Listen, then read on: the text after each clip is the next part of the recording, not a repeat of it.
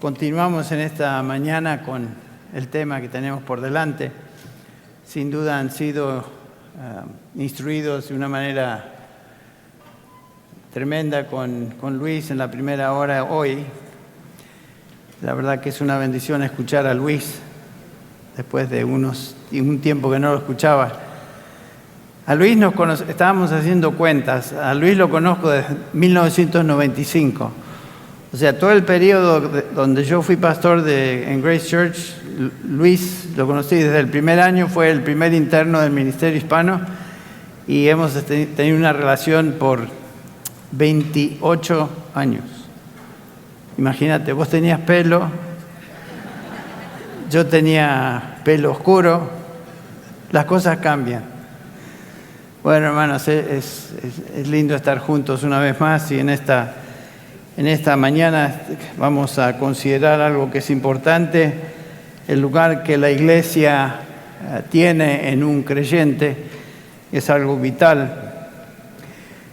Para mí ha sido un agrado, un aliento especial estos días, escuchar testimonios de varios de ustedes que se repiten una y otra vez de su peregrinaje espiritual, saliendo de una congregación donde no había una doctrina sana a una congregación donde la palabra de Dios se enseña con precisión. Y todas las cosas que ustedes pasaron y el testimonio de cada uno de ustedes fue algo realmente de beneficio para mí. Cómo llegaron a esta iglesia, los que vienen aquí cerca de Cali y en Bogotá, fue relatos similares. Y quiero que meditemos en esta mañana brevemente en las características que una iglesia bíblica debe poseer y cómo esas características influyen o afectan al creyente en su desarrollo espiritual, o sea, su crecimiento de madurez en el Señor. Antes de comenzar, me gustaría que inclinemos nuestras cabezas y pidamos que el Señor nos dirija. Padre Celestial, venimos delante de tu presencia reconociendo que somos incapaces, débiles, y pidiendo, Padre, que tú en tu gracia, en tu misericordia nos des entendimiento, abras nuestro corazón, nuestra mente para recibir tu verdad, tu palabra. Da, Señor, tu presencia y tu gracia sea con nosotros ahora. Lo pedimos en el nombre de Jesús. Amén. Bueno, como decía, estoy realmente afectado por lo que he escuchado en términos de testimonio, y el tema que se me asignó tiene que ver con la iglesia, el lugar que la iglesia local tiene en la vida de un creyente, y vamos a tratar de ver lo que la Escritura nos enseña acerca de esto. Como hemos visto, la iglesia en estos días, en estas sesiones, es una definición, una descripción de la iglesia, es la comunidad de los santos. La iglesia no es un agregado de personas evangélicas, la iglesia es la comunidad de aquellos que pertenecen a Jesucristo, han sido bautizados por el Espíritu Santo, 1 Corintios 12:13, y pertenecen a su cuerpo, a su iglesia. Esa es una definición del Nuevo Testamento o descripción del Nuevo Testamento de la iglesia, en términos de la iglesia universal. Pero sabemos también que el Nuevo Testamento hace hincapié en el hecho de que los creyentes, todo creyente, todo cristiano, se unía a iglesias locales. No solamente pertenecemos a la iglesia de Cristo universal desde el momento que nos convertimos, sino que donde estemos, donde el Señor nos coloque, nos hace parte de una iglesia local, estemos donde estemos. O sea, la comunidad de los santos, pero en un contexto particular. El apóstol Pablo hace me gusta el pasaje porque incorpora los dos conceptos en un breve versículo, un par de versículos, 1 Corintios capítulo 1, el 1, Pablo es llamado a ser apóstol por la voluntad de Dios, y Sóstenes nuestro hermano, 1 Corintios 1:1, y después noten el versículo 2, del cual habló también Luis anoche, a la iglesia de Dios que está en Corinto, o sea, ahí es la descripción de la iglesia, la comunidad de los santos, pero en una localidad particular, en Corinto, Y después lo describe de esta manera: a los que han sido santificados en Cristo Jesús, o sea, los santos, aquellos que han sido apartados para Cristo y para su gloria, para su uso, para su ministerio, llamados a ser santos. ¿Y quién más? Con todos los que en cualquier parte invocan el nombre de nuestro Señor Jesucristo, Señor de ellos y Señor nuestro. Aquí tenemos a la iglesia en Corinto, la iglesia de Dios en Corinto, la iglesia de Cristo en Corinto, la comunidad de santos ahí, pero también santos y santificados con todos aquellos que invocan el nombre del Señor. Esto es una referencia a la iglesia universal alrededor del mundo, estemos donde estemos. Entonces, esa es la descripción que tenemos en el Nuevo Testamento, una de las descripciones que tenemos en el Nuevo Testamento de los santos, de los creyentes. Hemos sido santificados, apartados para Cristo desde el momento que somos salvos, y de esto nos habló claramente tanto Santi como Luis ayer. Tuvimos una tremenda exposición de la doctrina de la santificación. Hemos sido apartados en el momento de salvación para Cristo, pero desde el momento que somos santos, que es la santificación posicional, a partir de ahí entramos a esta segunda etapa, una descripción distinta de la santificación, que es la santificación progresiva. Y hemos sido expuestos claramente a lo que esto significa anoche. No vamos a entrar a eso una vez más. Pero el punto es que somos santos por llamado y estamos en el proceso de ser santificados, apartados para el Señor cada día más, apartados del pecado y apartados para Él en una manera progresiva. Ahora, la iglesia local es un concepto muy palpable, muy evidente en el Nuevo Testamento. Hay personas hoy que piensan que no tienen que pertenecer a una iglesia porque son cristianos libres. Ellos piensan que la relación con Cristo es suficiente y no tienen que pertenecer a ninguna organización, y por lo tanto no ven la necesidad de unirse a un cuerpo local, a una asamblea local, lo cual es un concepto no nuevo testamentario. Eso es un concepto equivocado. En ningún momento no existe en el Nuevo Testamento la idea de cristianos sueltos, cristianos que no pertenecen a ningún lado. Desde el momento que venimos a Cristo, inmediatamente pertenecemos a su iglesia universal, como dijimos, pero también nos identificamos con Cristo en la manifestación de una iglesia local. O sea, no existe en el Nuevo Testamento el concepto de cristianos sueltos, llaneros solitarios en su fe, etcétera, etcétera. Eso les gusta a algunos, pero no es algo que el Nuevo Testamento... Se me fue no, ahí viene. Vino otra vez. Así que el Nuevo Testamento nos enseña que siempre debemos ser miembros de una iglesia, una asamblea local, donde nos ministramos unos a otros.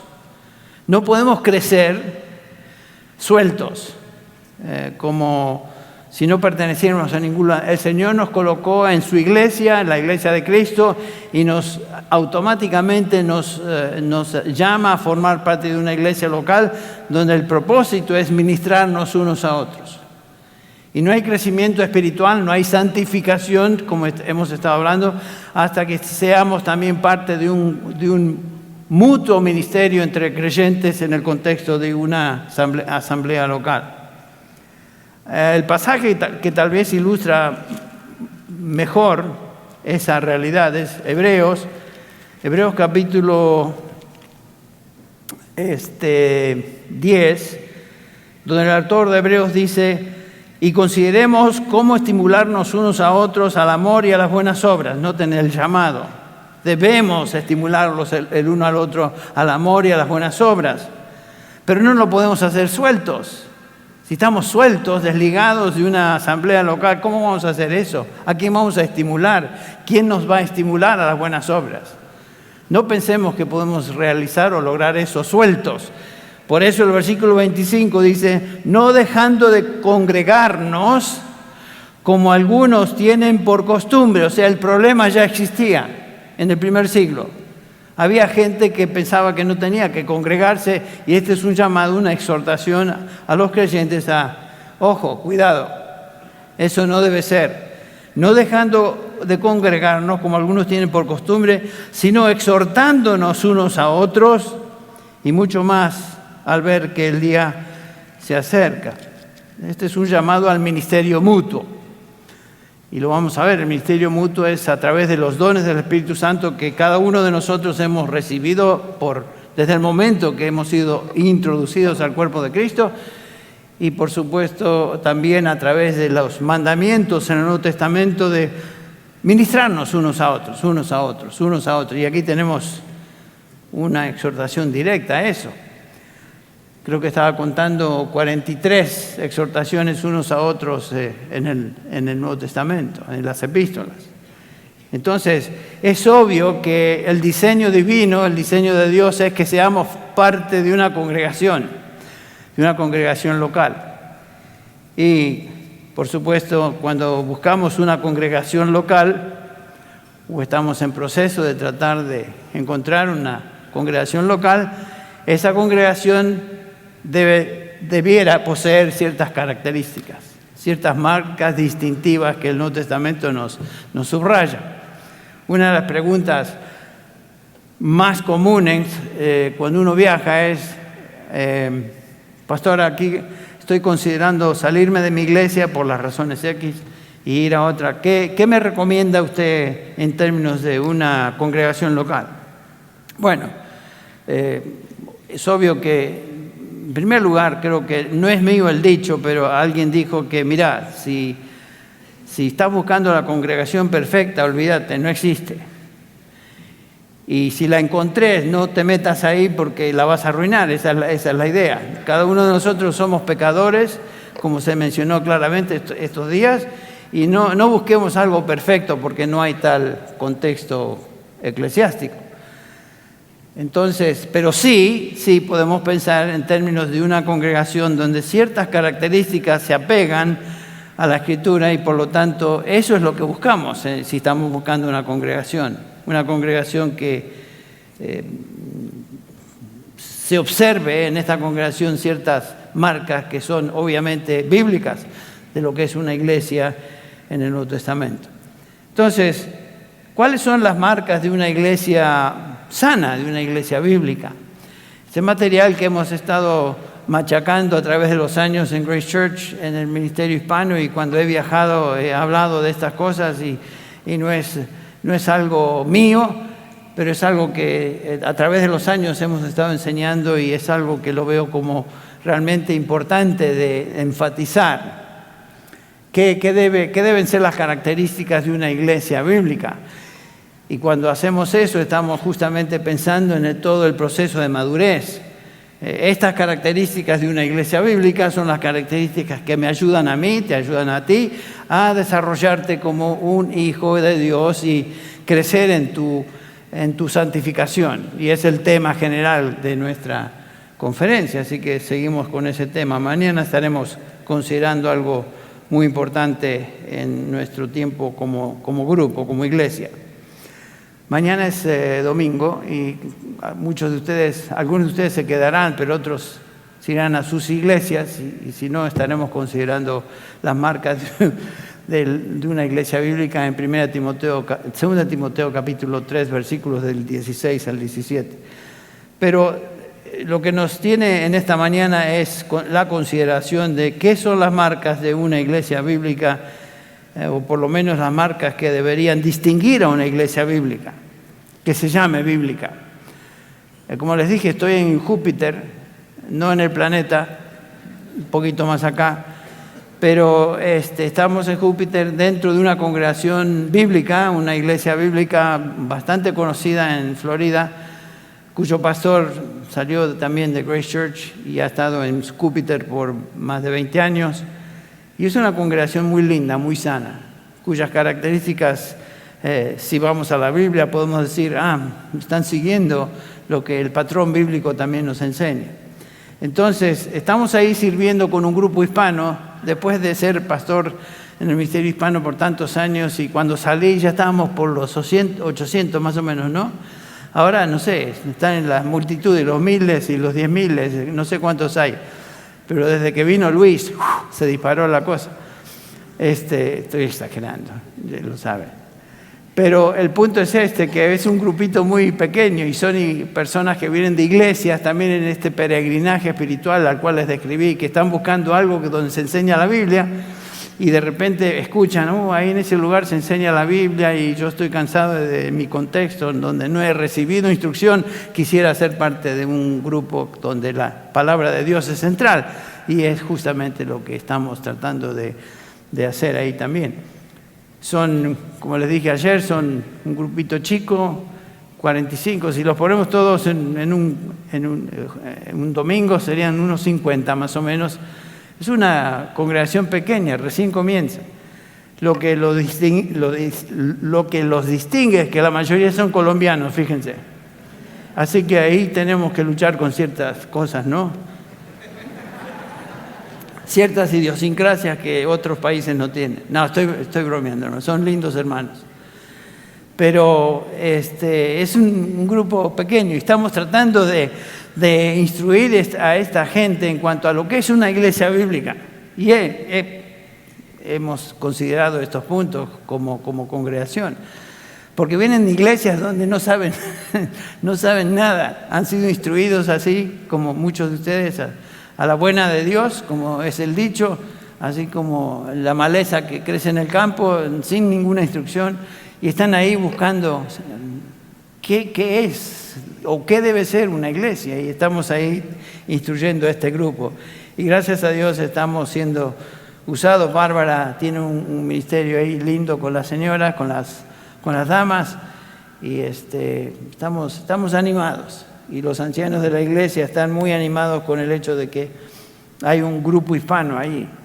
Hay muchos hispanos, como ustedes saben, en Florida.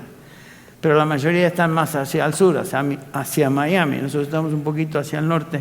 Pero hay bastante cubano, puertorriqueño y colombiano, como les dije. Son los tres grupos grandes.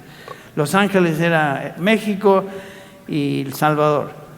No conozco a ningún mexicano ni ningún salvadoreño en Florida, imagínense. Es como, este es otro lugar, este es otro mundo. Bueno, seguimos. Me tienen que perdonar, a veces cuando uno avanza en edad comienza a resbalar y ¿no? Y comienza a hablar de cosas que no son necesariamente pertinentes al tema. Así que discúlpenme. Ya me parezco a Carballosa, ¿no? Que entre paréntesis, muy buen amigo mío. Yo lo quiero mucho a Elvis. Bueno, pero me tienen que tolerar. Estos pelos blancos no vienen solos, vienen acompañados de años. Ya. Bueno, características de una iglesia bíblica donde puedo unirme, puedo ser parte de ella y ser ministrado para crecer, desarrollarme en mi vida cristiana y ser santificado y ser de bendición a otros también. La primera de estas marcas es compromiso con la autoridad absoluta de la Escritura. Una iglesia bíblica, como el nombre lo designa, es una iglesia comprometida con la Escritura. La Escritura no es periférica al ministerio, la Escritura es central al ministerio. Entonces, eso debe ser característico de una iglesia que pudiéramos llamarle una iglesia bíblica, porque el Nuevo Testamento así lo indica, lo enseña. Solamente como ilustración, fíjense ustedes cómo observamos ya esto en el capítulo 2 de Hechos, con el nacimiento de la iglesia, y aquí nos encontramos en la primera iglesia cristiana, la iglesia de Jerusalén, y tenemos ahí en el capítulo 2 de Hechos, el día de Pentecostés, la predicación de Pedro y lo que sucede como resultado. Lo que dice el versículo 41 del capítulo 2 de Hechos, dice Lucas, quien escribe: entonces los que habían recibido su palabra fueron bautizados y se añadieron aquel día como 3.000 almas. Importante notar, 3.000 almas. ¿Y qué hacían las 3.000 almas? Tenían convivios, nada más, tenían música especial, no, nada de eso. Simplemente dice que estos hermanos se dedicaban continuamente, o sea, no de vez en cuando, sino continuamente a la doctrina o enseñanzas de los apóstoles. Noten que el elemento número uno y principal es la instrucción bíblica. ¿Por qué digo eso? Bueno, los apóstoles y los profetas del Nuevo Testamento son los que recibieron revelación directa del Señor Jesucristo, y hoy tenemos sus escritos en el Nuevo Testamento. Y entonces lo que hacían estos creyentes y el liderazgo de la iglesia se dedicaban continuamente a la instrucción apostólica, la doctrina apostólica. No era periférico eso al ministerio de la iglesia, sino que era central, es lo primero que hacían, a la doctrina de los apóstoles. Y sabemos que la doctrina fue siempre fundamental, y sabemos que la Escritura es clave, la palabra de Dios es clave, que Él utiliza por su Espíritu para salvar y santificar. De eso hemos estado escuchando. Sin la Escritura es imposible conocer el Evangelio y la salvación. Y sin la Escritura, sabemos también, es imposible llegar a ser santificado. Entonces, claramente nos dice 1 Pedro 1:23 que fuimos regenerados mediante la palabra de Dios. Santiago 1:18 nos habló de eso también un poquito ayer. Luis fue por medio de su voluntad. Santiago, déjenme leerlo, 1:18. Santiago 1:18 dice: en el ejercicio de su voluntad, Él nos hizo nacer por la palabra de verdad. O sea, la palabra es el medio que el Espíritu Santo utiliza para traer salvación. Y no solamente eso, sino que una vez salvo, el Espíritu Santo utiliza la palabra para santificar. El Señor Jesucristo en su oración intercesora, Juan 17:17, dice: Padre, santifícalos en tu verdad, tu palabra es verdad. Dos efectos claves de la palabra de Dios. La palabra de Dios es viva y eficaz. Entonces, la Escritura, que es la revelación de Dios, es clave para el ministerio de la iglesia, el ministerio de cualquier creyente, en la vida de cualquier creyente. Toda palabra en la Escritura es inspirada por Dios, 2 Timoteo 3:16. En sus últimas palabras de Pablo a Timoteo, en 2 Timoteo también, capítulo 4, versículo 1, te encargo solemnemente en la presencia de Dios de Cristo y de Cristo Jesús, que ha de juzgar a los vivos y a los muertos, por su manifestación y por su reino, predica la palabra. Siempre me llamó la atención esa exhortación tan fuerte. Timoteo, para eso estás en la iglesia. La iglesia existe para ser columna y sostén de la verdad. 1 Timoteo 3:15, ya te lo dije, dice Pablo. Y ahora predica la palabra, Timoteo. Para eso fuiste llamado, por eso estás como pastor ahí. Predica la palabra. A Tito le dice: predica la palabra con toda autoridad. Si un pastor existe en la congregación, en una iglesia local, para hacer eso, para enseñar, para instruir. ¿Qué? ¿Qué va a enseñar? ¿Cómo cocinar? ¿Geografía? ¿Historia? ¿Psicología? ¿Anécdotas? No, la palabra. Predica la palabra. Cada vez que una persona entra en una iglesia bíblica, lo que debe escuchar o debe ser confrontado con la palabra. Debe escuchar la palabra de Dios siendo expuesta, no ideas humanas, sino la palabra. Entonces eso es tan fundamental. La prioridad del ministerio de la iglesia es la predicación y la enseñanza de la palabra a todo nivel, porque es el medio que Dios utiliza, otra vez, repitiendo, para salvar y para santificar. Perdón, hermanos. Muy bien. Entonces, una característica obvia de una iglesia local es que la Escritura, la palabra de Dios, es central en el ministerio. Y si están buscando una iglesia, comiencen a investigar qué lugar tiene la Escritura, qué lugar tiene la predicación de la palabra de Dios en esta congregación. Bueno, otra característica de una iglesia bíblica que pudiéramos hacer hincapié y subrayar es que esta iglesia se distingue por la prioridad de la adoración verdadera, la adoración apropiada a la luz de lo que está siendo instruida. En otras palabras, nuestra respuesta a Dios en adoración está basada como iglesia en el conocimiento de su palabra. Eso es lo que hacemos cuando adoramos a Dios y alabamos su nombre. Lo alabamos, lo adoramos en base a lo que su palabra nos enseña, nos indica. Siempre es así. Cuando nuestro concepto de Dios, nuestra teología determina el tipo de adoración que celebramos en el contexto de la iglesia. Si nuestro concepto de Dios es equivocado o torcido o lo que sea, así va a ser también nuestra adoración al Señor. Entonces, es importante cuando observamos qué tipo de adoración existe o se celebra en una iglesia local, que esta adoración sea bíblica, basada en lo que Dios revela en su palabra. ¿Se acuerdan la charla que tuvo el Señor Jesús con la mujer samaritana? Dios busca adoradores de este tipo, que le adoren en espíritu, sin duda, pero en verdad. O sea, nunca podemos divorciar el espíritu de la adoración de la verdad de Dios, porque está basado en eso. La alabanza, la adoración particular en un contexto de iglesia, nunca es en respuesta a un tono, a una música particular, o al director de alabanzas que nos invite a aplaudir o danzar o lo que sea. No. Eso no es. La alabanza genuina y real fluye de la profundidad de mi entendimiento de la gloria de Dios revelada en su palabra. Por eso es que enseñamos, instruimos a la gente la palabra de Dios, porque queremos que con el tiempo la gente comience a desarrollar un concepto de Dios bíblico. Este es el Dios de la Biblia, no un Dios inventado, un Dios de emociones, un Dios de conceptos equivocados, no es el Dios de la Biblia. Entonces, eso es lo que hacemos cuando instruimos. Nuestra audiencia en todo lo que hacemos en el contexto de una celebración dominical, digamos un servicio dominical, nuestro contexto, la audiencia principal es el Señor. No es la gente, es el Señor. Comenzando con cada uno de nosotros.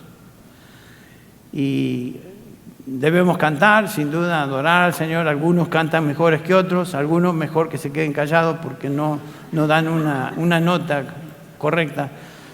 Pero la adoración no es el resultado de un tono, como dijo, no es la música, la adoración es del corazón. Y a la luz y podemos cantar con una voz fea, tal vez cantar en silencio, que es muy bueno para algunos esa práctica, pero el punto es la adoración al Señor. La respuesta a Él es: Señor, te estoy adorando con mi corazón, porque no sé cantar. Entonces trato de hacerle la lucha, como dicen en México, pero Señor, no puedo. Bueno, el punto es la adoración a Dios en base a lo que conozco de Dios en su palabra. Eso es. Otra característica de una iglesia fiel que me ayuda a mí a crecer como hijo de Dios, que va de la mano con lo que ya vimos, es claridad doctrinal. Claridad doctrinal. La Biblia demanda, creo, que seamos claros en nuestra doctrina. La Biblia enseña principios, doctrinas, la doctrina de los apóstoles, que ya vimos, a los creyentes que ellos deben entender para desarrollar convicciones que les guíen a vivir de acuerdo a la palabra de Dios. La doctrina es la enseñanza más práctica que podemos darle a los creyentes. Sin doctrina no podemos crecer, porque la doctrina es lo que nos enseña acerca de Dios. La predicación bíblica no es contar historias, anécdotas o, ustedes saben, otras cositas, sino es la enseñanza de la doctrina. Hincapié en la doctrina. La Biblia contiene un cuerpo de doctrina que debe ser entendido para predicación, para salvación de las almas y entendido para, como ya mencionamos, la santificación de los creyentes. La primera iglesia demostró eso y nos da como el patrón de cómo el resto del ministerio se desarrolla en la iglesia del Nuevo Testamento. Se dedicaban continuamente a las enseñanzas de la doctrina de los apóstoles, al contenido. Esa enseñanza de los apóstoles no es suficiente decir que soy creyente, que creo en Cristo, quién es Cristo, qué vino a hacer, qué fue su obra en la cruz. Todo eso es parte de la doctrina y tenemos que enseñar eso.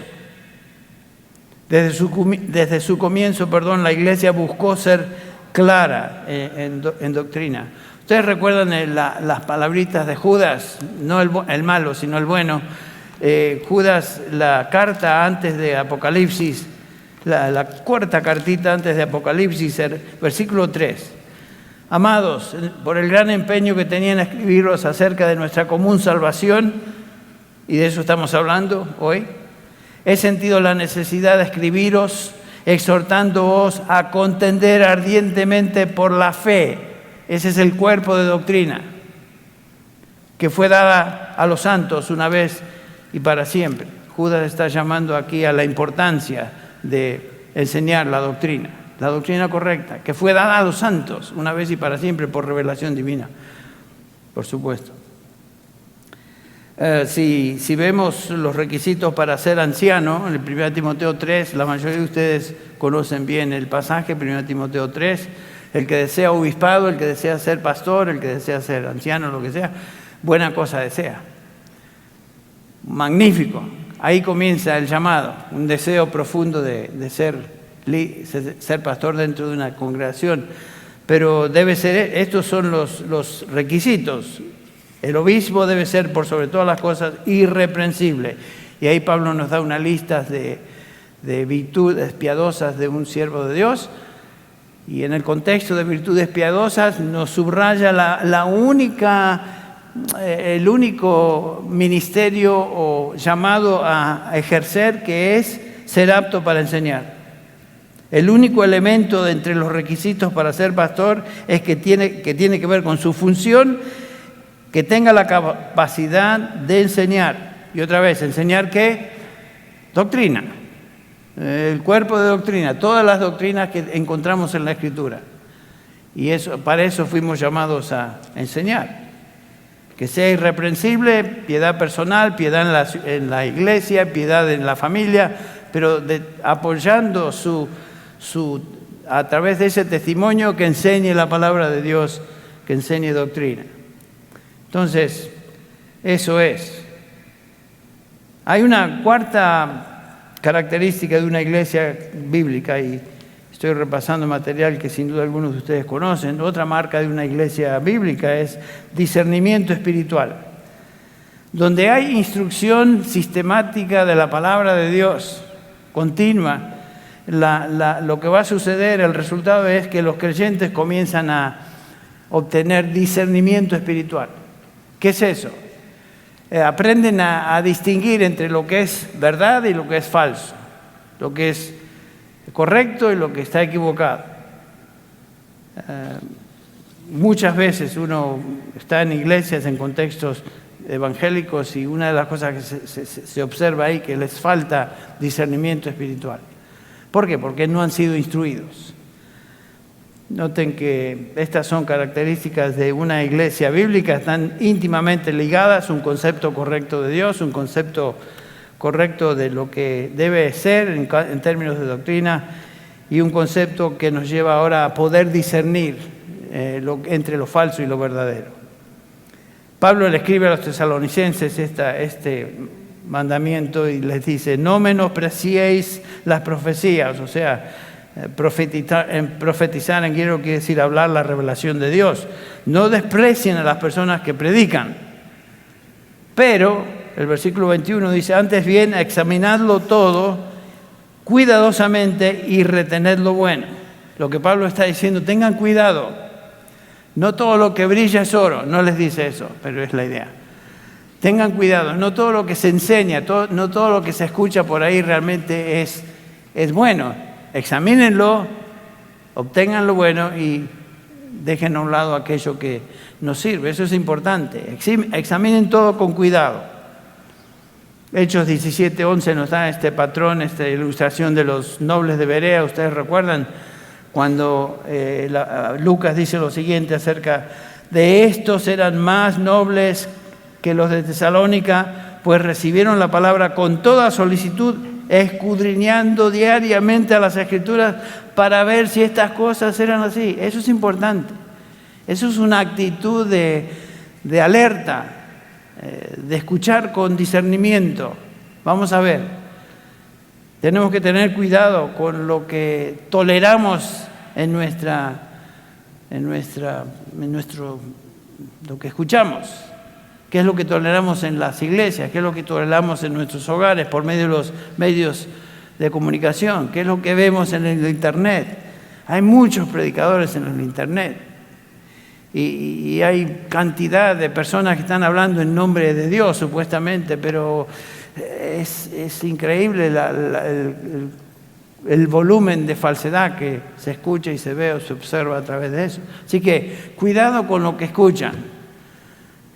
Me acuerdo siempre de una hermana que dice: yo lo escucho a usted todos los días y me encanta.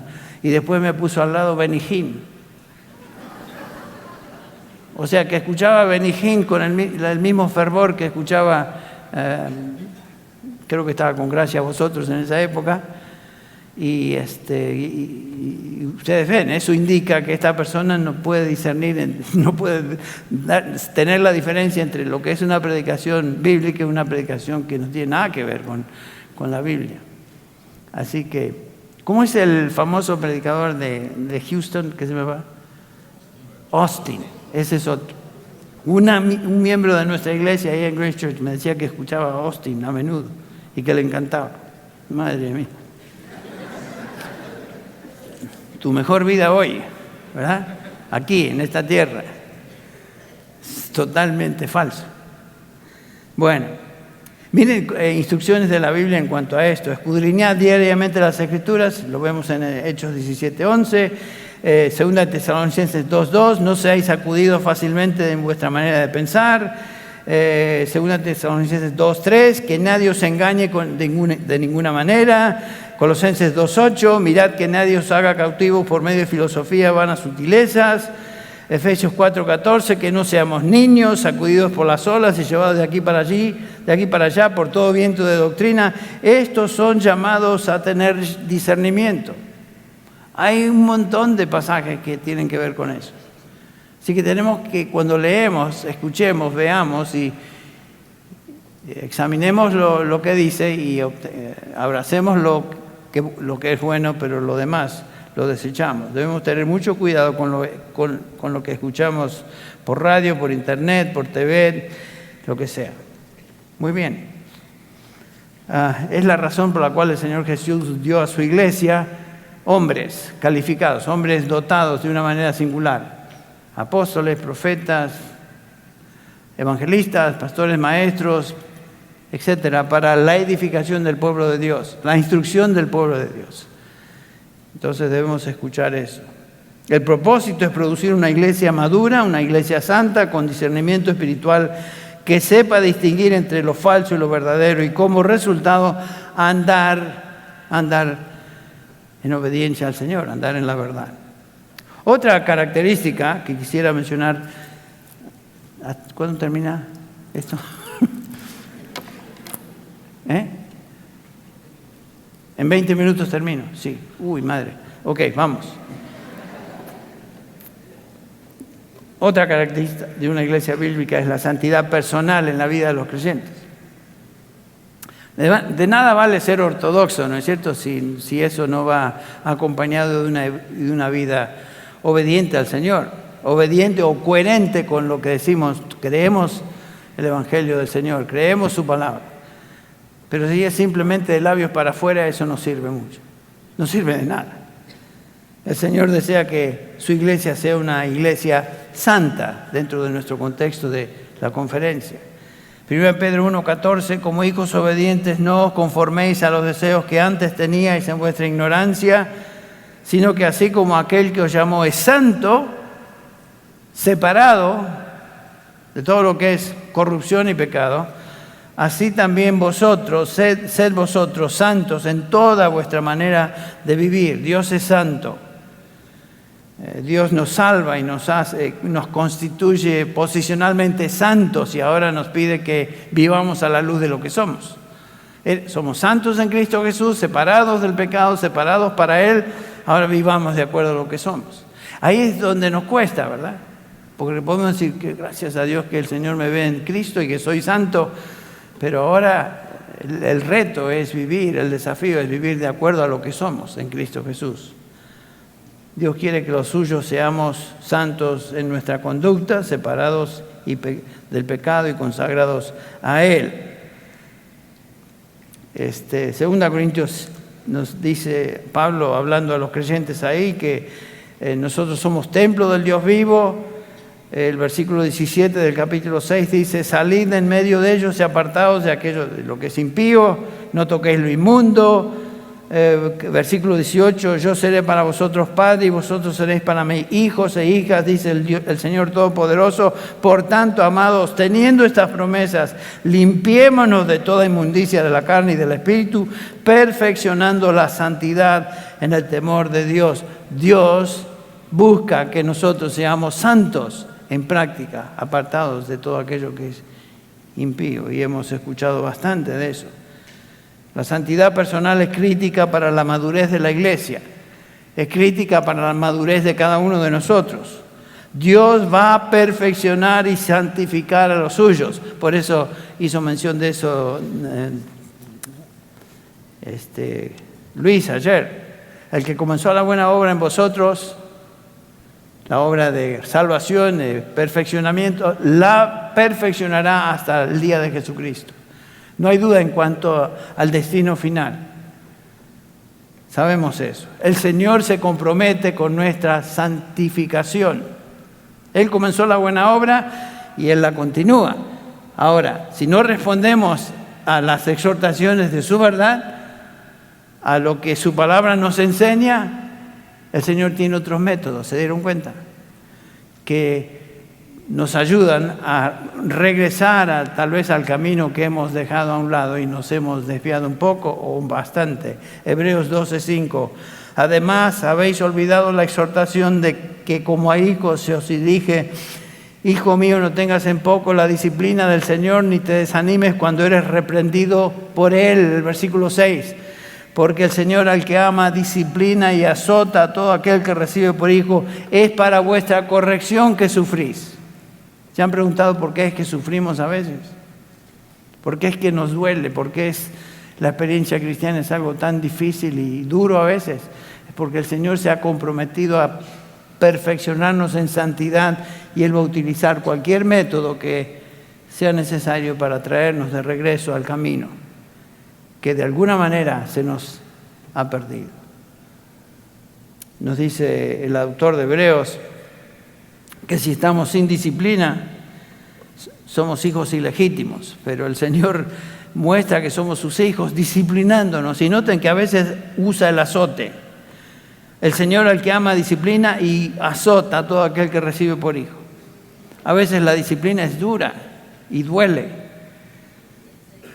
Dice el versículo 10, Él nos disciplina para nuestro bien. ¿Con qué propósito? Para que participemos de su santidad. Y aquí regresamos otra vez a nuestro tema. ¿Por qué nos disciplina el Señor? ¿Por qué nos instruye el Señor? Para que seamos santos en práctica.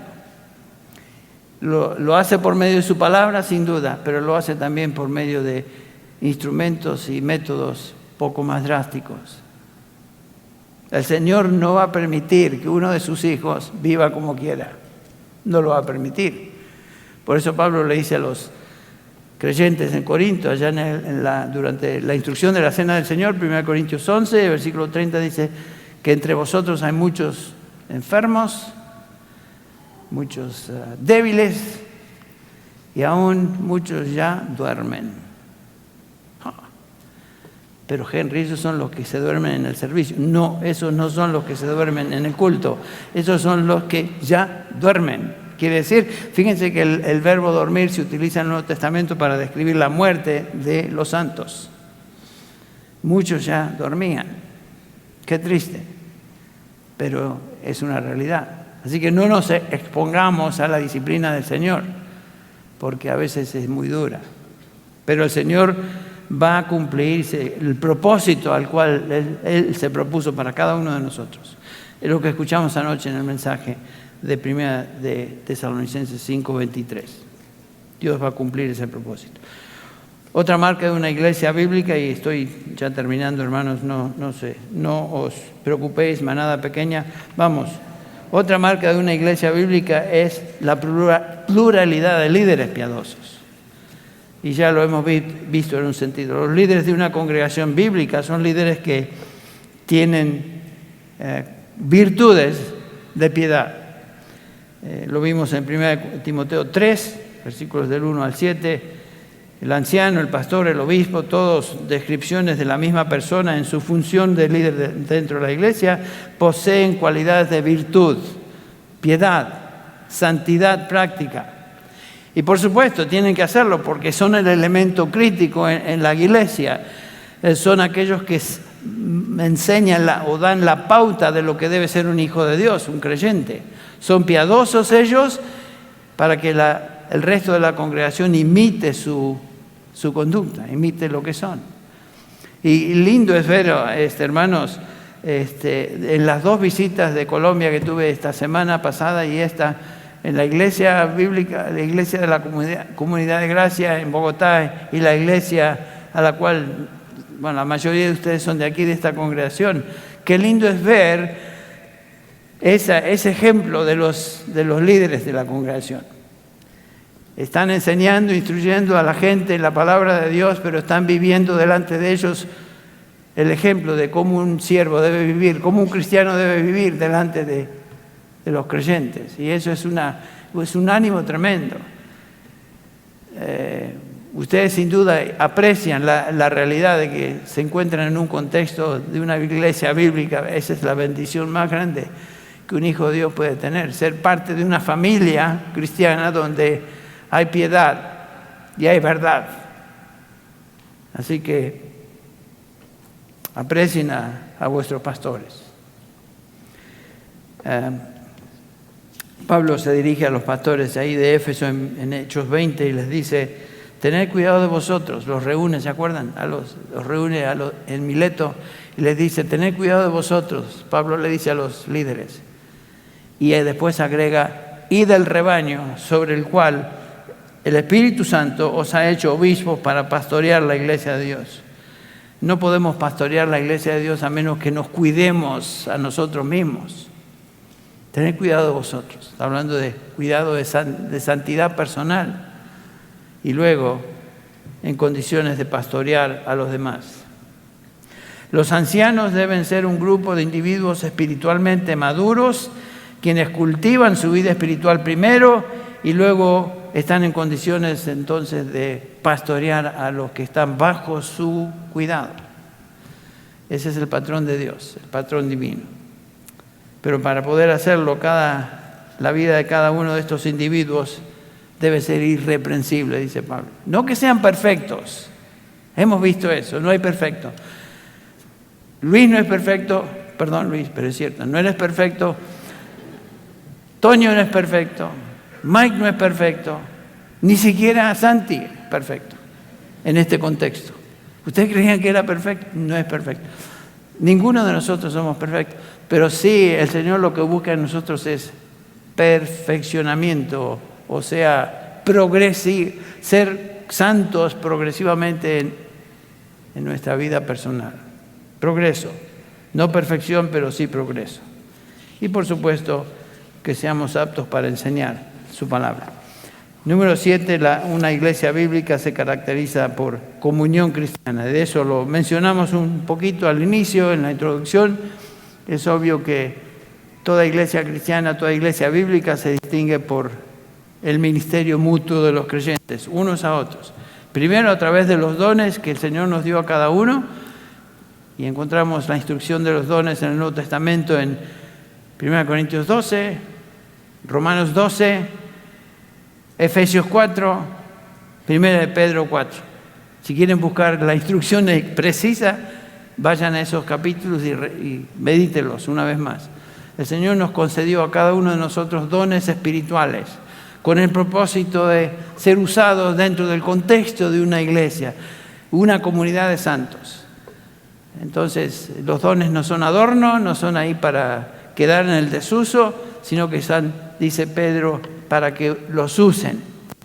Entonces, eso es importante. Y la única manera de poder usar dones espirituales es en el contexto de una iglesia local. No en el contexto de la iglesia universal, sino la iglesia local. Bueno, y el resultado de ese ministerio mutuo es que la iglesia madura y la iglesia crece.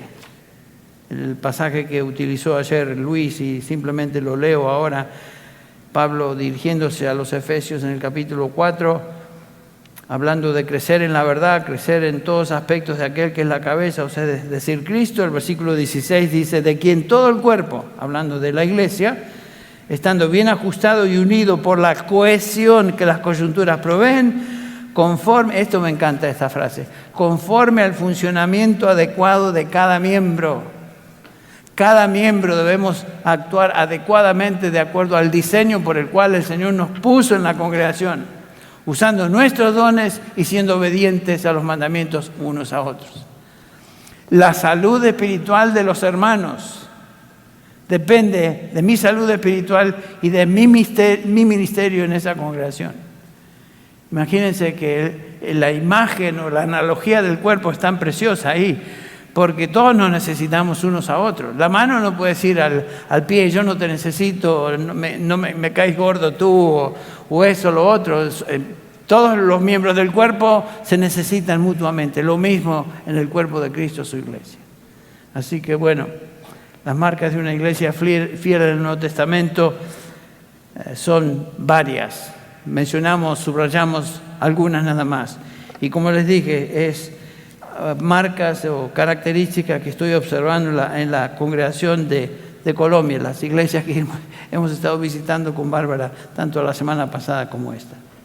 Y es una bendición, es un aliento para mí como ministro del Evangelio. Que el Señor derrame sus bendiciones ricamente sobre cada uno de ustedes y continúe usándolos para la santificación personal y para la santificación del cuerpo de Cristo, dentro del contexto de la comunidad de santos donde Él te ha colocado. Vamos a orar. Padre, te damos gracias por tu palabra, es tan rica, tan abundante, tan preciosa, Padre. Gracias te damos por tu instrucción. Ayúdanos a tomar conciencia de quiénes somos como hijos tuyos y qué responsabilidades tenemos en el lugar, en esa iglesia en la cual tú nos pusiste. La salud de nuestros hermanos depende de nuestra salud espiritual también. Ayúdanos, Padre, a servirnos unos a otros, y ayúdanos, Padre, a ser un testimonio para aquellos que nos observan, nos miran, nos ven. Bendice el resto del día a cada uno de mis hermanos aquí, que sea de provecho espiritual y bendición mutua. En el nombre de Jesús. Amén.